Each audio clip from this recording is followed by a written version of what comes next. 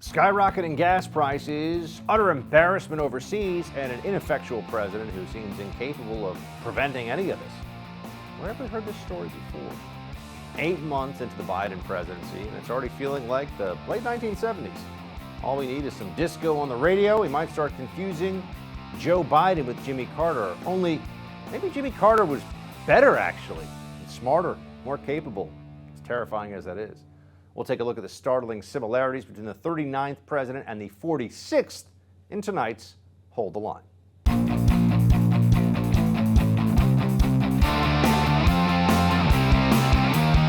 Welcome to Hold the Line. I'm Buck Sexton. The hits keep on coming for the whole country, not just for the Biden regime, this White House, this administration. It has been rough these first 8 or so months of the Biden presidency. Things have not actually gotten better. They have not normalized. They haven't improved the way that we were told they would. In fact, in many key areas, the border, crime, inflation, overseas situations the U.S. is involved in, most notably Afghanistan, but there are others as well, things are getting worse. Things are getting worse. Oh, and gas prices. Since we're talking about Jimmy Carter and Joe Biden, I think we should take a look at how gas prices have gotten a lot worse. In fact, we now have Biden telling OPEC that they need to increase oil output, just like, back in the day. So today, my director of the National Economic Council has asked the chair of the Federal Trade Commission to use every available tool to monitor the U.S. gasoline market and address any illegal conduct that might be contributing to price increases at the pump while the cost of barrel oil is going down. We also made clear to OPEC, the major oil exporting nations of the world, that the production cuts made during the pandemic should be reversed as the global economy recovers in order to lower prices for consumers. You do get the sense sometimes, right, that Joe Biden and the people in this White House don't even really understand supply and demand or basic economics. They certainly don't understand that some of the decisions that were made, particularly in the early days of this Biden administration, about things like canceling the Keystone XL pipeline, kicking off federal land oil drilling that could be adding to our domestic supply. I mean, we essentially achieved domestic energy independence, and the Biden administration comes in and says, we want to give it back.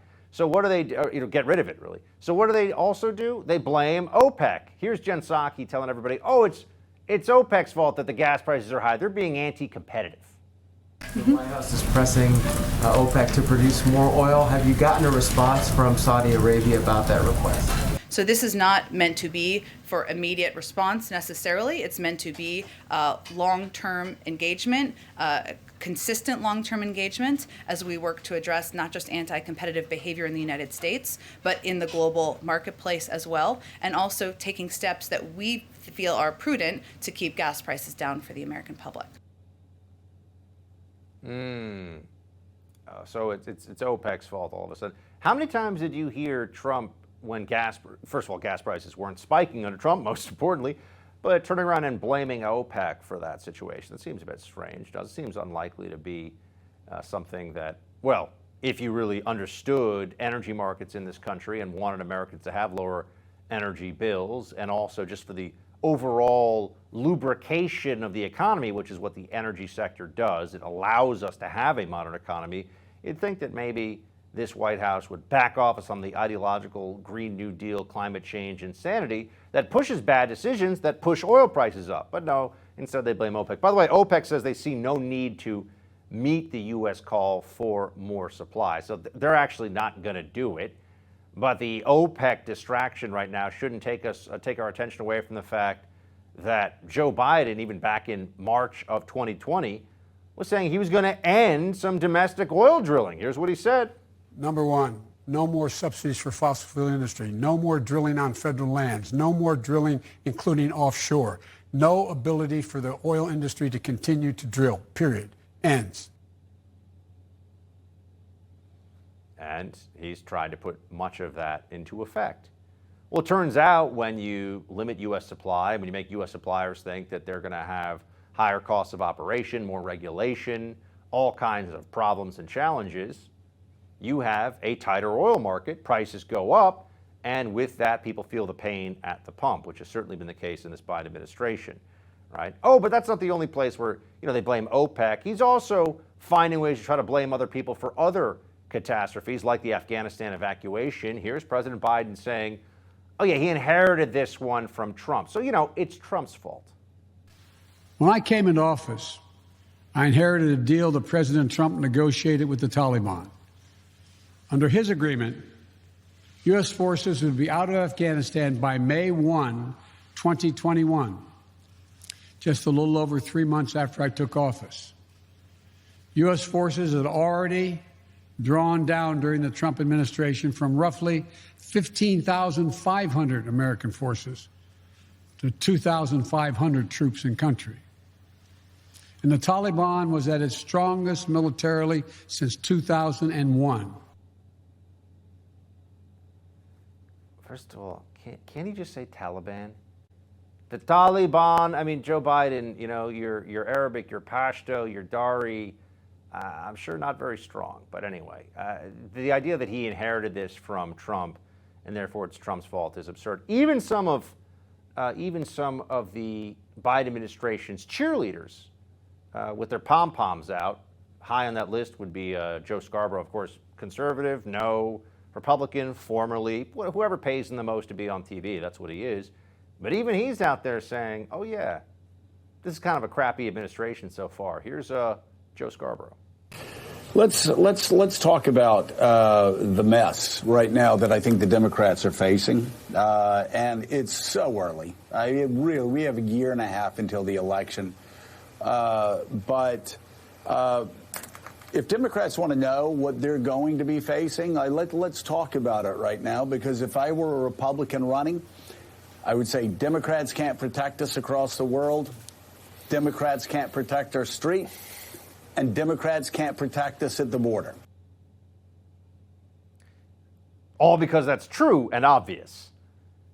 Even obvious to Joe. All right, with the fall of Kabul and the desperate rush of thousands trying to flee Afghanistan, some are comparing this to the fall of Saigon and the end of the Vietnam War. Up next, former Assistant Secretary of the Treasury Monica Crowley is going to explain why the comparison is more apt than many people realize. But first, let's talk about my friends at Done For You Real Estate. If you ever thought about investing in real estate, I want you to take me up on this recommendation right now. Visit doneforyoubuck.com, where you can learn more about my friends at Done For You Real Estate. If you haven't checked them out yet, let me make this easy for you. These guys have found a way to make real estate investing straightforward, and their system flat out works. I know because I'm using it. It allows everyday, hardworking Americans like you and me to finally own investment real estate without all the risk and difficulty of doing it on your own. I can't possibly tell you in strong enough terms during this 60-second commercial how important it is you check these guys out. So how about this? If you visit doneforyoubuck.com, at the top of the page is a podcast interview I did with Done For You Real Estate, where you can hear my personal experience with their company in my own words. I'll tell you about it in detail. Everything that I went through, from picking the city, getting the actual house, the broker, the loan, even getting a tenant in place so I get that free cash flow coming to me every month. Visit doneforyoubuck.com, listen to the podcast interview, and give my friends a chance to show you what they can do for you.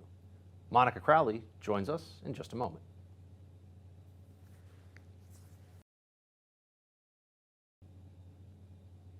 The Taliban is not the North Vietnamese army.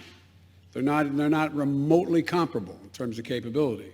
There's going to be no circumstance where you see people being lifted off the roof of an embassy of the United States from Afghanistan. It is not at all comparable. But it is comparable.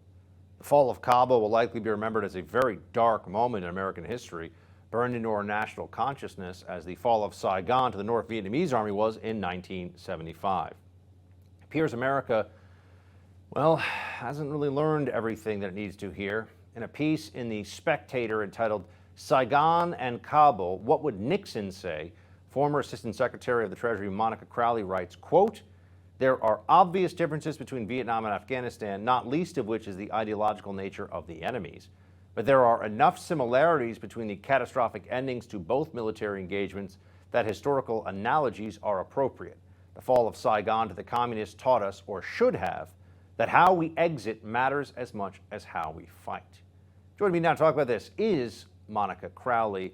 Monica, thanks so much for being with us. You worked for President Nixon in the last years of his life, and you say that his perspective would have been really valuable here. What do you think he'd be saying about the situation in Afghanistan?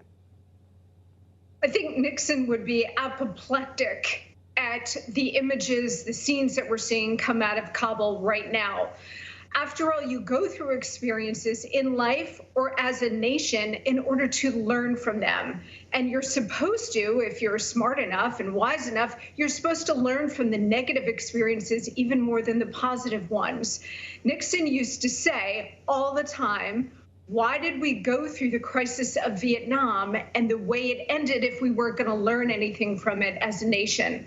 So I think President Nixon, who was not president at the time of the fall of Saigon, he resigned the year before, but he and Henry Kissinger had negotiated the 1973 Paris Peace Accords to negotiate a peace with honor out of Vietnam. And of course, the whole thing fell apart when the Democrats in Congress undercut the military effort by stopping all of the funding. They pulled the rug out from our troops, and that's why you saw those catastrophic images of our personnel being evacuated from the roof of our embassy.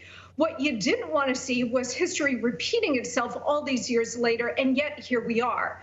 So I think President Nixon would have been outraged by the fact that there was no plan. President Trump had a plan.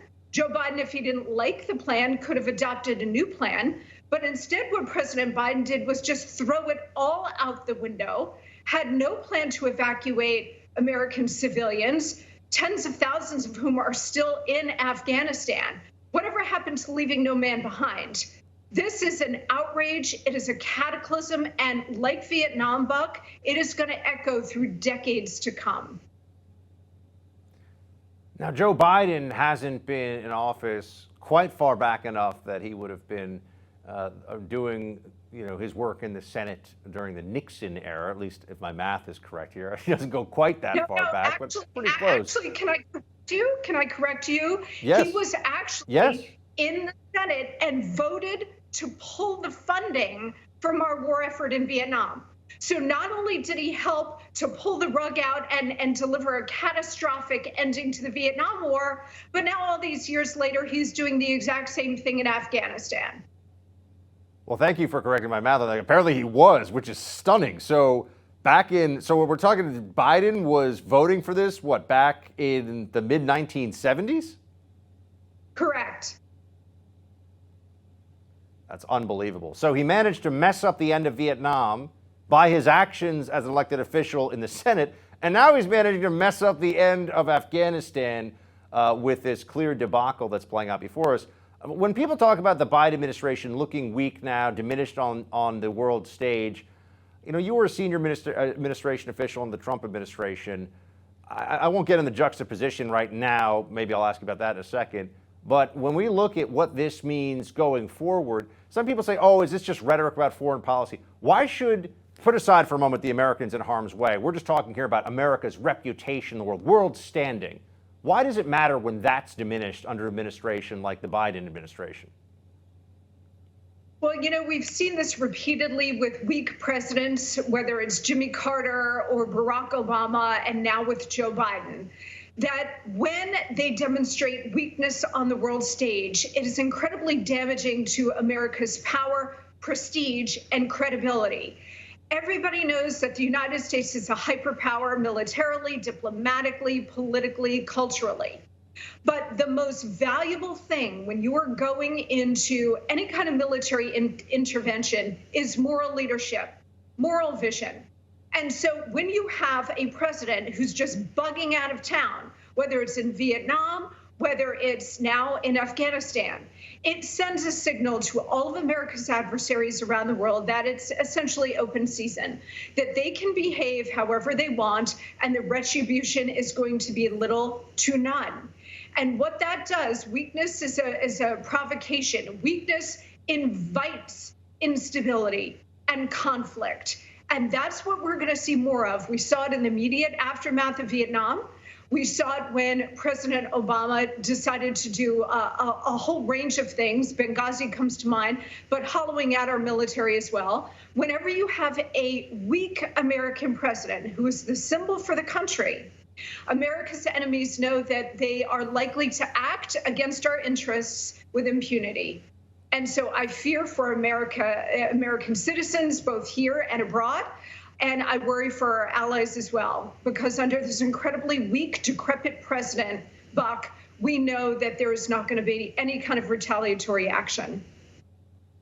Monica, I just want to know your sense of whether watching this, former President Trump feels even more push and perhaps even more compelled to throw his hat in the ring again and try to defeat Biden for the benefit of the country in his mind. Do you think that that's part of the thought process here? I do. It's got to be incredibly frustrating for President Trump. It's very frustrating for those of us who served in the administration, spent all of those years trying to get the United States back on track militarily, economically, politically, culturally, and the rest. And to see in 7 short months the weakness of President Biden just throwing it all out the window and reversing all of those gains. It's frustrating for us. I can only imagine how President Trump feels. I think it will be a motivating factor for him. And you know what, Buck, if he decides to do it, he doesn't really have to campaign. All he has to do is put up the comparison of the 4 years of the Trump years of relative peace and incredible prosperity to what we are experiencing during the Biden years. That's all he has to do. And the answer is right there for all the American people to see. Monica, great piece in The Spectator. Thanks so much for joining us here. We'll talk to you soon. Thanks, Buck. We'll have more Hold the Line after the break, but I want to talk to you about my friends at My Digital Money first. Everybody wants to invest in crypto these days, but it's not easy to get started. That's why Colin Plume, the CEO of Noble Gold, decided to create My Digital Money. It's an easy-to-use, self-trading crypto IRA platform with concierge-level customer service. It's one of the few U.S.-based cryptocurrency companies that'll answer your phone call and help you get started. Because your comfort and security is their absolute top priority, they offer an unparalleled military-grade security for your coins, trigger orders to help you secure opportunities for gains or limit losses without having to watch your account 24/7, a play money account so you can test the market without risking your money. And with the recent pullback of most of the major cryptocurrencies, this might be the best time to get into this exciting technology-based investment in a long time. When it comes to your money, you deserve a team of dedicated professionals that have your back, speak to you honestly, and treat you like a person, not just a number. Absolutely essential. Check them out today at mydigitalmoney.com. Again, that's mydigitalmoney.com. And we'll be right back.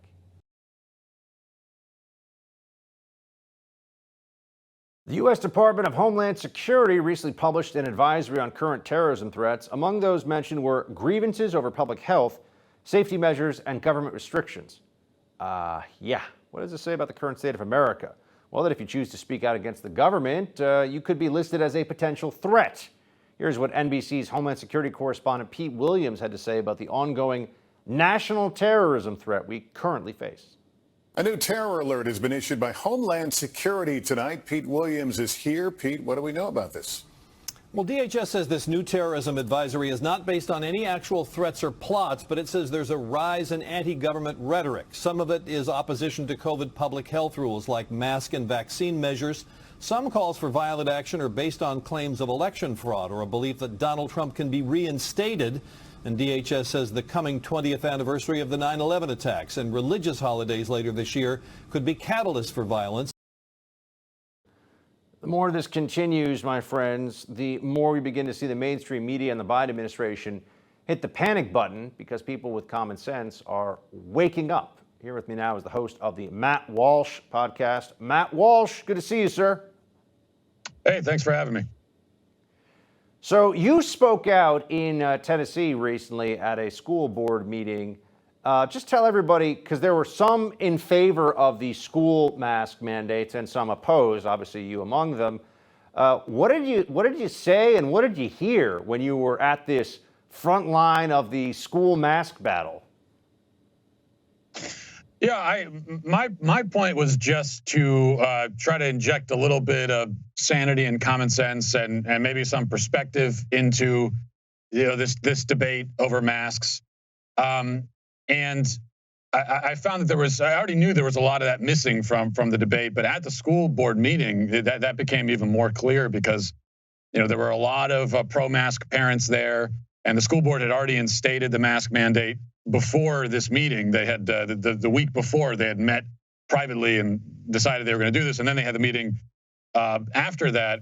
But there were a lot of parents getting up there and sort of tearfully thanking the school board for imposing the mask mandate, and many of them were quite terrified that a student indecently exposing their nose and mouth might be a threat to their children. And it's just totally irrational. So that's the point I tried to make when I spoke. I only had 3 minutes, but when you compare the threat that COVID poses to kids against many other kinds of threats, including the flu, for example, you see how small and how minor that threat really is, which is something we should be grateful for. But instead, it's like there are a lot of parents who don't want to believe it. They don't want to believe that their kids are actually pretty safe as far as COVID goes. It's pretty stunning that there are adults who would show up at a meeting like that in tears because of their belief that children are at so much risk from COVID, considering the data is overwhelming and obvious and has been all along that that's not true. But as you can see, Matt, there are measures being taken by cities in many places across the country, New York, Los Angeles, San Francisco, New Orleans, where they're saying there's some version of vaccine passports as well as indoor mask mandates, depending on the place. I mean, New York City Mayor de Blasio just clarified ID must also be shown along with proof of vaccination. So now people have to have proper ID to be vaccinated, and they must have matching ID at all times to enter restaurants and all indoor venues in New York City. I just understand, if voter ID is racist for vote, how is this not racist, especially in a city like New York, where you have, for the African-American population in New York City, a majority overall are unvaccinated, and something like 70%, close to that, of those under 40 are unvaccinated. So why isn't that racist? Yeah, just one of the many contradictions and double standards we've got from this, from the left, in reference to the COVID measures. I mean, another big one is, when it comes to masking, they've kind of thrown all of their my body, my choice language out the window. And then with the IDs, whether it's racist or not, the fact is they tell us that to get an ID to vote is, whether you're white or black, it's cumbersome. Because we're even told, well, what about rural Americans? And they can't find a way. Kamala Harris was talking about that a few weeks ago. It must be so difficult because they don't have they don't have those fancy photocopiers to make copies of their ID. So that's cumbersome. But that's there's a presidential election once every 4 years, and so you got 4 years if you want to vote a presidential election to figure out some way to get an ID. If you could just 4 years to plan for it and execute that plan, as opposed to vaccine passports and how all the identification that you need just to live your daily life on a day-to-day basis. So it doesn't make any sense how that wouldn't be at least as cumbersome as getting an ID to vote. It makes no sense at all. Matt, I know you're a Tennessee resident, and as a state, because it's redder than some of the states like New York and California that have had the most extreme measures, you're perhaps better off there, and also in Texas and Florida, some other places across the country. But now, as I'm sure you've seen, the Biden administration is discussing mandating COVID-19 vaccines for interstate travel. They're worried that this might be polarizing for the moment, but I mean, Matt, what do you think happens if the Biden administration says you can't fly domestically, essentially, across state lines, without getting vaccinated? I've been wondering this whole time, as I think we all have been, like when do we reach a point as an American people, as a people, that this is that's a line, that's one line you can't cross. It's gone too far. I think a lot of us thought that we would have crossed that line a long time ago. So I would like to say that banning interstate travel among American citizens, unless you can show your papers, I would like to say that's just a line you can't cross, and that we, the people, would stand up and say, absolutely not. We're not going to go along with this. We're not going to cooperate. You have to put us all in prison because it's just not going to happen. But I don't know. I think there's a certain segment of the population, a large segment, that is totally willing because they've been literally scared senseless at this point. And they're totally willing to go along with it. It also doesn't make any sense, by the way, too, because so you're going to ban interstate travel via airplane. What about if you want to drive in your car to another state? Are they going to set up checkpoints on the highway? I mean, maybe they will, but I think that's the really sad part of this whole story is how so many Americans, millions of them, have basically said to the government, okay, I'll give you my freedom as long as you keep me safe from this thing that for most of us poses very little threat in the end. It is very disconcerting and honestly very disappointing how many Americans have gone along with this and for how long they've done so. But Matt, appreciate your perspective. Matt Walsh, The Daily Wire. Everybody go check out his latest. Thanks, Matt. Let's talk about that morning cup of joe. If you're anything like me, you got to start your day with some caffeine. And that means kicking off my day with Black Rifle coffee. I mean, this is the most delicious coffee you're going to get anywhere. It's so good. And it's also a veteran-owned company that serves premium coffee to people who love America. Black Rifle is continually committed to supporting veteran law enforcement and first responder causes. And this summer, Black Rifle invites you to enjoy your coffee, not just the great taste, but also the places you drink it, the passion and adventure it fuels and inspires, and the entertainment Black Rifle serves along the way. Whether you're brewing the perfect cup of pour-over before kicking ass at work or cracking a can of 300 on your next backcountry mission, Black Rifle Coffee Company is here to fuel your way wherever the summer takes you. Black Rifle imports its high-quality beans from all over the world and roasts them 5 days a week at their facilities in Tennessee and Utah. The team at Black Rifle Coffee is always experimenting with new roasting methods and origins to bring you the best coffee you can get absolutely anywhere. Go to blackriflecoffee.com/buck right now and use code BUCK at checkout for 20% off your purchase and your first coffee club order. Fuel your summer with America's coffee, Black Rifle Coffee. While it was something I never imagined ever having to do, I did urge my brother to resign when the time came. My position has never changed. I never misled anyone about the information I was delivering or not delivering on this program. I never attacked nor encouraged anyone to attack any woman who came forward. I tried to do the right thing, and I just want you all to know that. CNN host Chris Cuomo breaking his silence on the potential conflict of interest in the lead up to his brother Andrew Cuomo's resignation as governor of New York. CNN anchor has been taking flack for his part in private calls with the governor's top strategist during the height of the recent sexual harassment scandal that brought Governor Cuomo down. So can we expect CNN to hold Cuomo accountable? Joining me now to discuss is the founder of Young Americans Against Socialism and a contributor here at the First TV, Morgan Zegers. Morgan, great to see you. Thanks for having me back, Buck. So it feels like we have these conversations in the conservative side of things about, oh, look at this, a conflict of interest or lack of ethics or whatever. Should we actually think that they're going to hold Chris Cuomo accountable for journalistic standards violations here? I feel like he's part of the club. Yeah, oh goodness, no. We're going to see no accountability held there. I mean, Jeffrey Toobin just did a really weird thing and they brought him back like right away to start talking about other people's scandals, and I thought that was just so funny. I will say, though, Chris Cuomo comes across so disingenuous in this.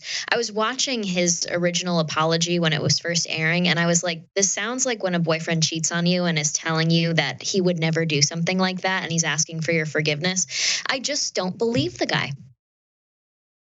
And here we are, though, being told that the Cuomo resignation is somehow proof, I don't know, that the Democrats, clean up their own house, so to speak. That I think that they believe that this ends up with a kind of win for the Democrat brand, even if it's damaging for the Cuomo brand.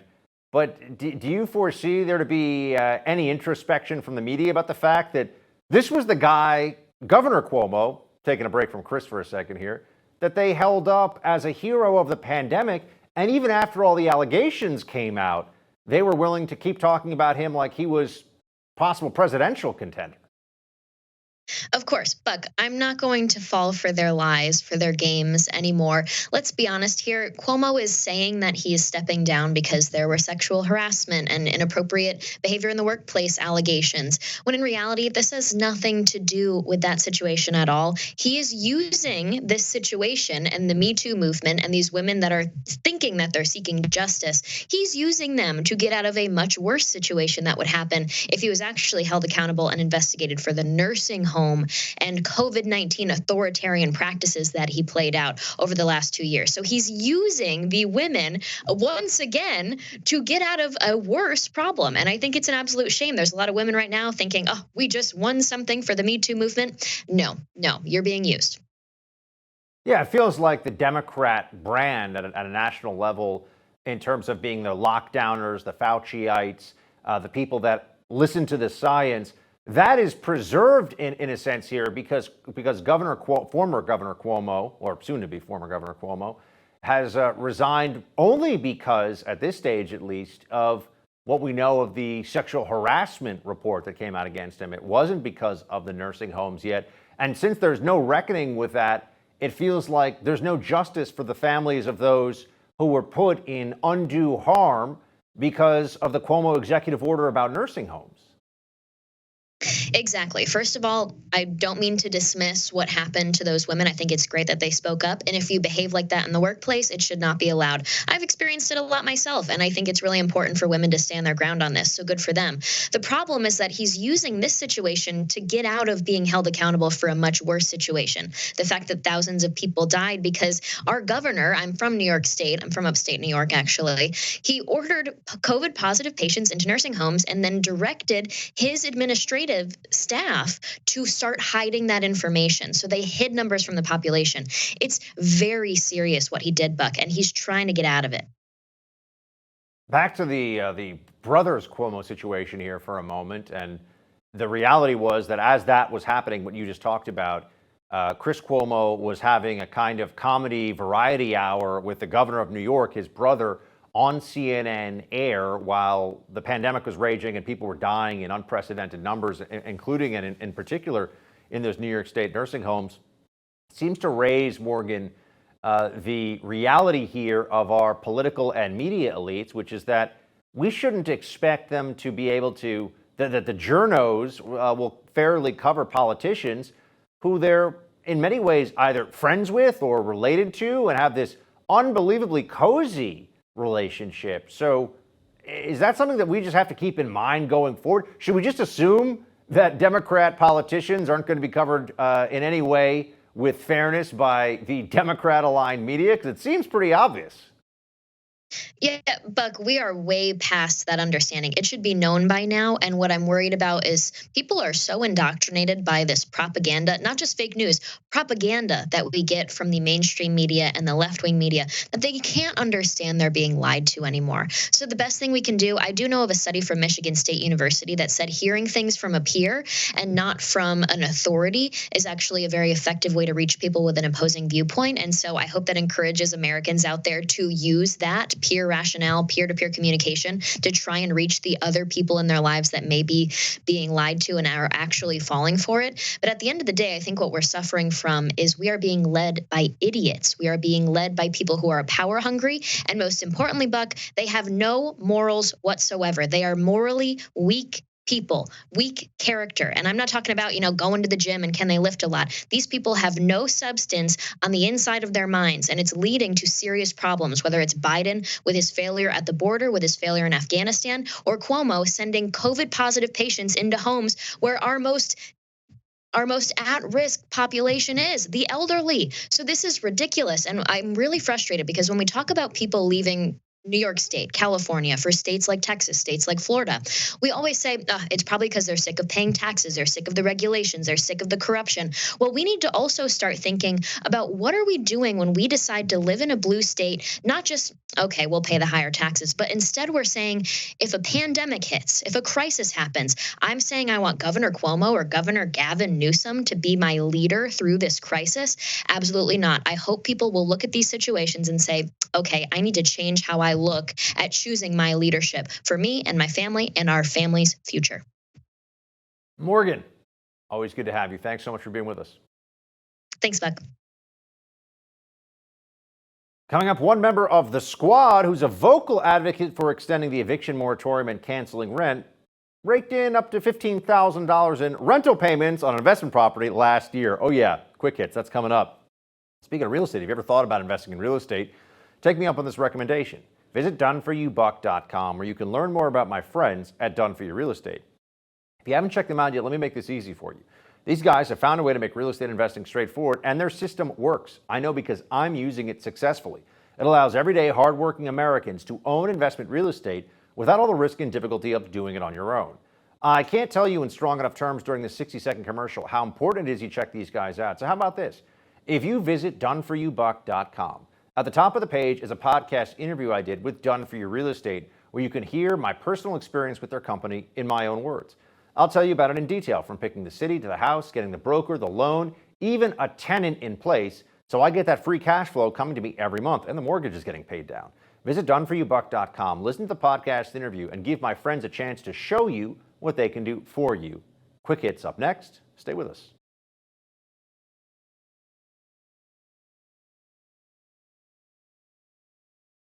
We thought the NYC vaccine key pass was strict, didn't we? Well, Australian citizens are not allowed to remove their masks outdoors to take a sip of alcohol now. Yep. Oh, and don't even get me started on the latest COVID tyranny coming out of New Zealand. But actually, well, no, get me started in quick hits with it right now. First off, New Zealand, right? Our Kiwi friends from down in the Southwest Pacific, they have, the South Pacific, doesn't matter. They have decided to enter nationwide lockdown after one COVID case. New Zealand's government took drastic action Tuesday by putting the entire nation into a strict lockdown for at least 3 days after finding a single case of coronavirus infection in the community. The Prime Minister invoked some of the stirring rhetoric she used early in the pandemic by urging the team of 5 million, the country's population, to go hard and early in trying to eliminate the latest outbreak. One COVID case, 5 million people told they can't live their lives and have to stay home. This is crazy. Now, we also have in Australia the Daniel Andrews, who is one of their politicians, issued a threatening decree here about this, where you can't remember. So in New Zealand, lockdown for one case. In Australia, where they've really kind of unveiled a dystopian COVID state for all the world to see. They've got the military out there enforcing it. Huge fines for people who break mass quarantine. This is madness. I mean, this is crazy what these people are doing. And they're Aussies. I mean, it's a country that is near and dear to Americans and that we have a lot of similarities and commonalities with. Well, now they're issuing decrees about how you can't drink alcohol outdoors with your mask off. Not allowed. There will be no removal of masks to consume alcohol outdoors. So you will no longer be able to remove your mask to drink a cocktail at a pop-up beer garden on a footpath as part of a pub crawl. Again, that makes you angry, but why am I angry about that? Because it devalues the work that thousands of publicans and restaurant owners and bar owners, the good work that they're doing, diligently following COVID-safe protocols, providing takeaway. Take away, not hang around and turn the footpath into a pub. Pubs are shut for a reason. It's not safe for them to be open. It's as simple as that. So it's takeaway only allowed here, meaning that if you stop to take a drink and pull your mask down and have a chat with your neighbor, because I also told you may remember that, Australian authorities told Aussies, don't even stop to talk to people. This is the world that we're living in now, at least that the Aussies, the Kiwis, and New Zealanders, and a lot of places in the United States are going through this. Hypocrisy is central to the Democrat ethos, as you know, and this is another great case of it. Cancel rent advocate Ayanna Pressley, member of the squad, she herself made thousands in rental income. While Massachusetts Democrat Ayanna Pressley put forth a measure to slash mortgage payments and rent across the country amid the COVID-19 lockdowns, her recently filed financial disclosure forms indicate she made between $5,000 and $15,000 in rental income on a property in Boston in her husband's name. So cancel rent, but she's still getting her rent payments for her investment property. Yeah, what a surprise. Why not waive that? The pandemic's so hard on people. Oh, okay. As long as she's getting her money, the rest of us are just supposed to deal with it, I suppose. That's the Democrat mantra with all this, isn't it? That's it for tonight's Hold the Line. The No Spin News with Bill O'Reilly's coming up. Shields high.